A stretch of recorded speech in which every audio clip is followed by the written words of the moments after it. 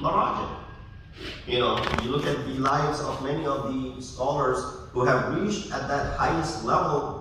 For example, just to name a couple, Ayatollah Sistani, for example, Ayatollah Khamidai, for example, Ayatollah Wahid, for example, Ayatollah Bashir, for example, Ayatollah Ishaq Fayyad, for example, Makan Shirazi, all of these who are hayat right now, and those who pass away, for example, like Ayatollah Mohsin Hakim or Ayatollah Burujardi or Imam Khomeini and others who passed away, and even further beyond before them, like Ayatollah Burujardi and others who were the only leading marja of the time, and there was no one else next to them. Just imagine the kind of power that they have, that the type of following they have, and what they can do by issuing one edict, by issuing one verdict, by saying something, how much impact there is on the world. But when you look at the example that these are most knowledgeable in the areas of Islamic jurisprudence, that's why we do their taqleed. But when the same individual signs a piece of paper issuing a fatwa or a hukm or something, he writes underneath al-ahqar, meaning what? The most humbled and the most degraded. Comes from the word haqir, that I'm not the most powerful and the honorable it might be in your eyes, but how I look at myself, al-ahqar, the most degraded, the most abased, the most humble that you can even imagine. In fact, if you look at the autobiography of Ayatollah Wahid on his website, it says Sharh Hal Az-Zabane Mu'azzaman Lahu Juz Qusur wa Taqsir Chizina. That his autobiography with his own words, when someone asks, explain or tell us about yourself from the beginning till now, he said one sentence. He said Juz Qusur wa Taqsir Chizina.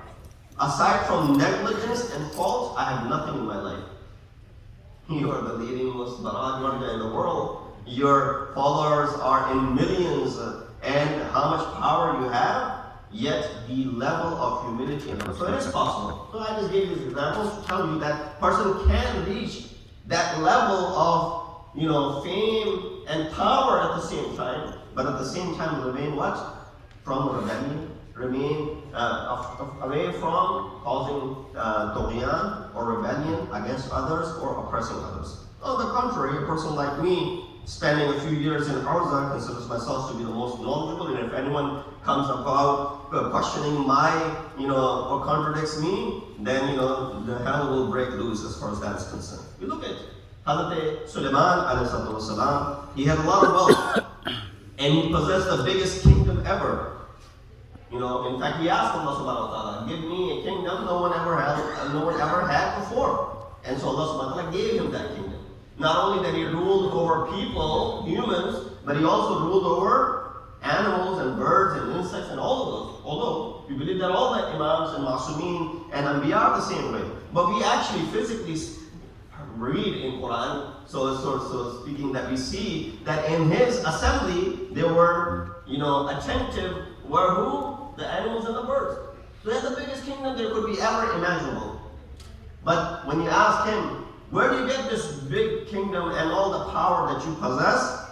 He will respond by saying what? Hada min fadli Rabbi. This became a maqula. In part of India, Pakistan, you see this written on many of the shops. Hada min fadli Rabbi.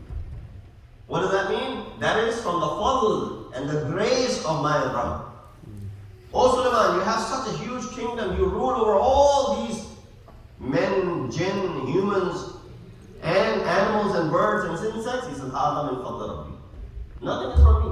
Everything is from Allah subhanahu wa ta'ala. So, means that wealth doesn't intoxicate you. The fact that a wealthy would say, it belongs to me, becoming a scholar isn't intoxicating. Rather saying, this is my own intellect and my own thought. This is my innovation. These are the reasons for which a person becomes what? Becomes rebellious and becomes oppressors. So it's all due to Allah. If He didn't inspire me, that humility, if it's there, because I was able to attain all this wealth, because I was able to attain these achievements, or I was able to attain this knowledge, or I was able to become a Mawlana Taqleed, and I was able to do this and that, all of this is from Allah subhanahu wa ta'ala that keeps you what? humble, and you said mahabbatan minni, as Surah Taha says, and endearing is from Allah subhanahu wa ta'ala. Sallu ala Muhammad wa ala Muhammad. Allahumma salli ala Muhammad. So rebellion in front of Allah is the first element of corruption. Number two, real honor comes from being obedient to Allah. So sometimes the false pride and the false honor becomes the reason for us to start thinking about ourselves. What do we perceive honor in? A girl thinks that the only way to get the proposal is by having a degree. Therefore, she will reject all the proposals until she has attained some sort of, degree. I'm not against career building. I'm not against any of that. But you can get married and pursue your career as well. To reject, because right now you're studying and, maybe after you graduate, you'll get a better proposal, or an honorable proposal, for example, and that is something which inshallah we'll talk about that towards the end as well. Now attract someone who's more knowledgeable, or I'll attract someone more, I don't think anyone looks for more knowledgeable, I'll attract someone who is more, wealthy as far as that is concerned, then, I'll continue on with this. So these proposals that are rejected, that also becomes a means of corruption. So Hazrat Ibrahim alayhi salam, he made a dua. Remember the story of Ibrahim, that he is ordered by Allah to leave his family and his young, infant child in this valley, which is a barren valley of Makkah at that time. What is this dua? He says, فَجْعَلْ أَفْئِدَةً مِنَ النَّاسِ تَهْوِي إِلَيْهِمْ.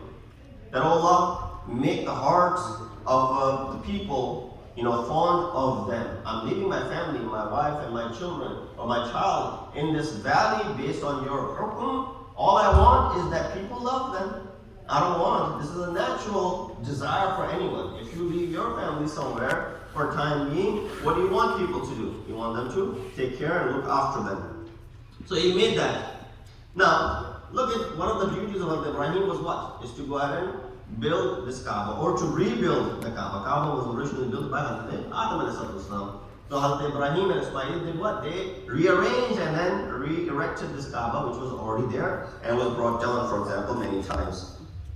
Is Kaaba very beautiful?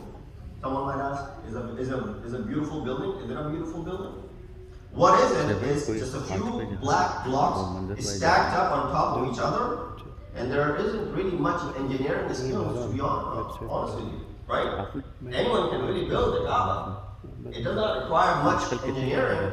It's just a few big blocks stacked up on top of each other in square shape, and nothing challenging as far as engineering is concerned, right? You agree with me? I'm not demoting, I'm not, taking a shot at Kaaba and the one who built it, but I'm trying to build the point.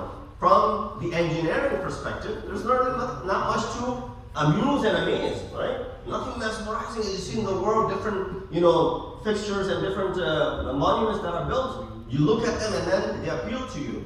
You don't have the same when it comes to, as far as the building of the Kaaba itself is concerned, the material that is used, blocks that are used, the color that is chosen, and the way it is a square, shaped monument. But just one prayer from Hazrat Ibrahim alayhi is part of this Kaaba, which turned the hearts of hundreds and millions of people to turn toward it.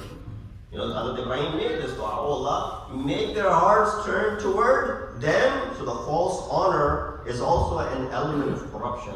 Honor comes because Allah subhanahu wa ta'ala has all the honor. فَلِلَّهِ إِزَّةُ الْجَمِيعَ. Indeed, honor belongs to Allah subhanahu wa ta'ala. This house did not have much to offer as far as the charisma is concerned, but the fact that the house is associated to Allah subhanahu wa ta'ala, right away, people are attracted toward it.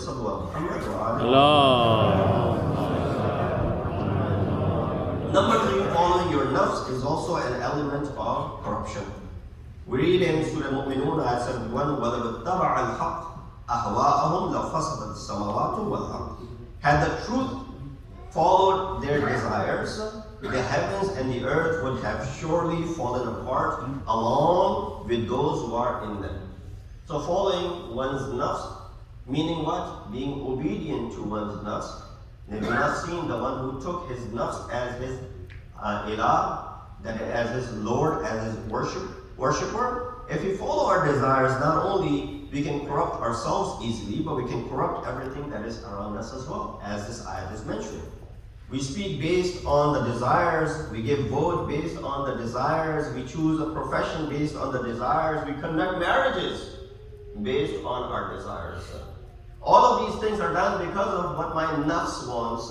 My nafs wants this degree, my nafs wants this job, my nafs wants this person, my nafs wants to marry so and so, my nafs wants me to go ahead and vote for so and so, my nafs wants. All of these things are done based on our desires.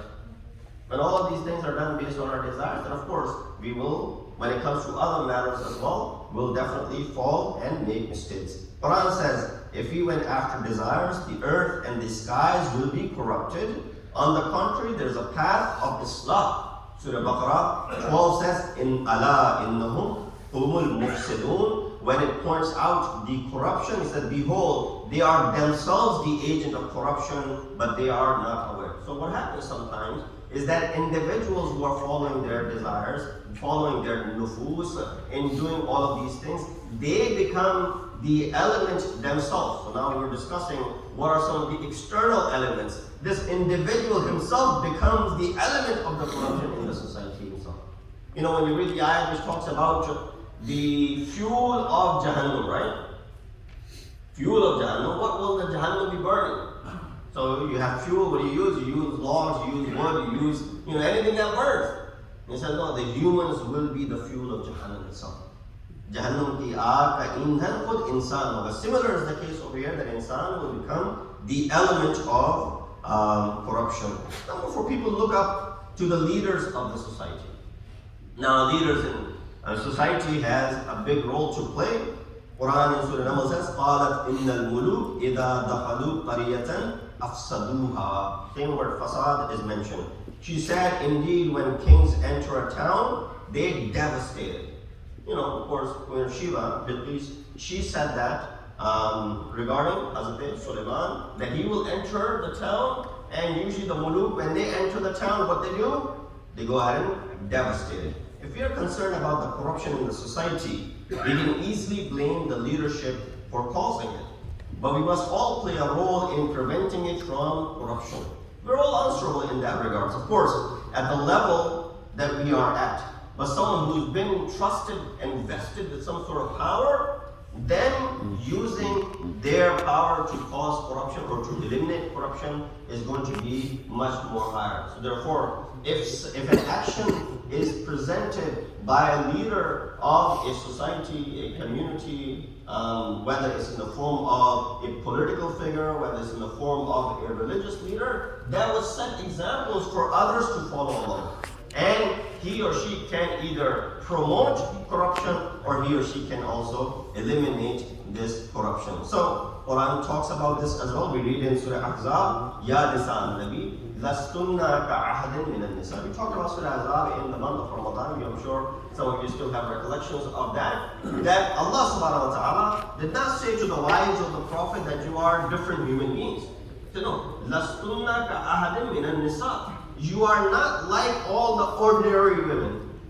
Because now you are associated with Rasulullah. You're associated with the house of Rasulullah. Therefore, your duty becomes twice, if not more, than regular or ordinary individuals. Any bad action that comes from you, what happens? It becomes a means of approval for others as well. It becomes a stamp of approval for others. They right away see that you are doing it. Well, Prophet's wife is doing it, so how could it be wrong with us? And nothing to take, or you can take pride in this as well. This is something which I, firsthand saw, and this is regarding our masjid.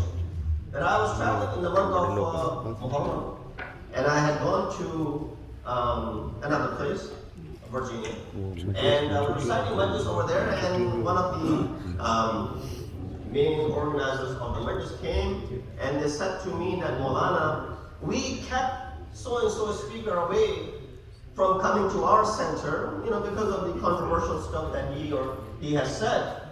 But you guys invited him to masjid, and people said to us, if Masjid Ali can invite that speaker, then so can we. So I took it from an aspect that, look, people are looking up to us as those who set the trend.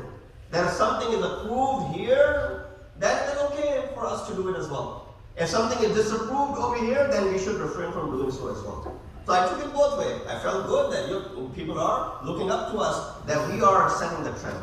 But at the same time, I felt bad because we made that mistake, and I told them, you should not make a similar mistake that we have made. It's not like we are ma'soom and we will not ever make mistakes. Sallu ala Muhammad wa ala Muhammad. Allah salli ala. So therefore, if a Syed commits a sin, it's worse than non-Syed, for example. If a religious man, a scholar commits a sin, it's worse than those who are in the Ra'ayah. An-nasu ala dini mulukihim. People look up to those who have some sort of status. People say, oh, so-and-so also corrupted, and they deserve 100 millions. So if I do corruption of 100,000, how bad could that be? Dealing strongly with the offenders and the intruders of people's rights. I'll skip through this and I'll bring you towards the end that our discussion was, what is the reason and the elements of corruption in the society? First, rebellion in front of Allah. If the grandeur and taqaddus of Allah is broken, then the corruption will be very easily performed. Number two, we mentioned that the honor, the false honor that sometimes people develop, based on their maqam, based on their fame, based on their wealth, based on any other reason, or even religion for that matter, that also results in corruption as well. Following our nafs and being obedient to the nafs also leads to corruption. So the fact that Islam is a religion of mercy, it's because we see a reference to mercy 1,000 times in Quran. Every time we recite Bismillah ar-Rahman ar-Rahim, you're saying what? That Allah is merciful and compassionate. One of the ayat mentioned the reason why we repeat this ayat so often. We recite Bismillah every single day, so many times. Before every surah, we recite Bismillah. We consider Bismillah to be part of each surah. What do you say in Bismillah? You say Bismillah ar-Rahman ar-Rahim. Then when you say Surah Fatiha, without which you cannot pray. La salata illa bi Fatihatil Kitab. What do you say? Alhamdulillah Rabbil Alamin. So Rahman ar-Rahim is being repeated from your tongues for one reason, that you embrace and acknowledge the mercifulness of Allah subhanahu wa ta'ala, but at the same time, when you continue on saying this yourself, you too will become compassionate and merciful. It will have this impact upon you as well. But at the same time, while Islam is a religion of mercy, and thousands of occasions where you have the word Rahman or Ghafur and all that, but at the same time, there's references toward taking harsh actions toward those who are intruders, those who are offenders. So when you punish an offender or a felon, La ta'khudhukum bihima ra'fa. Quran says, and do not feel pity over those whom you have punished. Because if their crime was, there, don't feel sad. Why? Prophet is someone, Muhammadun, ma'ahu, ashidda'u ala al-kuffar, ruhamahu bainahum. Prophet is someone, Muhammad is the messenger of Allah, and those who are with him are strong against unbelievers, but compassionate amongst themselves. And also, lastly, towards the end, when I made that reference of honor and whatnot, another thing that causes fasad, which you find primarily in the riwayat, is the concept of rejecting a proposal for marriage. Riwayah says, Masad al-Shia, Hadith 25,078, Rasulullah sallallahu alayhi wa alihi wa sallam, إِذَا جَاءَكُمْ مَنْ تَرْضَوْنَ خُلْقَهُ وَدِينَهُ فَزَوِّجُوهُ إِلَّا تَفْعَلُوهُ تَكُنْ فِتْنَةٌ فِي الْأَرْضِ وَفَسَادٌ كَبِيرٌ. That if a proposal comes for you, for your daughter, for your son, and their akhlaq and their deen satisfies you, then marry them. If you don't, then this will lead to a major corruption in the land. A lot of times you see that the age, and I alluded to that when I talked about the false honor and the false izzah that people sometimes develop. We say, well, this person is not according to our sect or not according to our standard. This person is, for example, not Syed. This person is, for example, belongs to this or any other reason that is given sometime. And I deal with this all the time. All these proposals that come and then they get rejected. So much rejection happens, sometimes the rejection happens from the children. Now, if the children are rejecting it, this is where parents need to step in. They need to also protect their kids from, of course, anyone that they want to marry, and also protect them and counsel them when there's a rightful marriage proposal for them and they are unnecessarily rejected. But this riwayah refers to, majority of the time, not the individual who himself who's there to get married, for whom the proposal has come. It's referring to those who are in charge. For example, parents. If they reject someone whose deen and whose akhlaq satisfies them, then of course rejecting such proposal will lead to major corruption in the land. So we ask Allah subhanahu wa ta'ala to give us the tawfiq and ability to understand these means which cause corruption, which lead towards fasad, and as a community, as a society, as a deen, as a madhab, as a follower of Ahl-e-Bait, we need to make sure that we can get rid of fasad and corruption from our sufuf. Inna ahsan al-hadith wa ablagha al-mawidha kitab Allah, a'udhu billahi minash shaitan.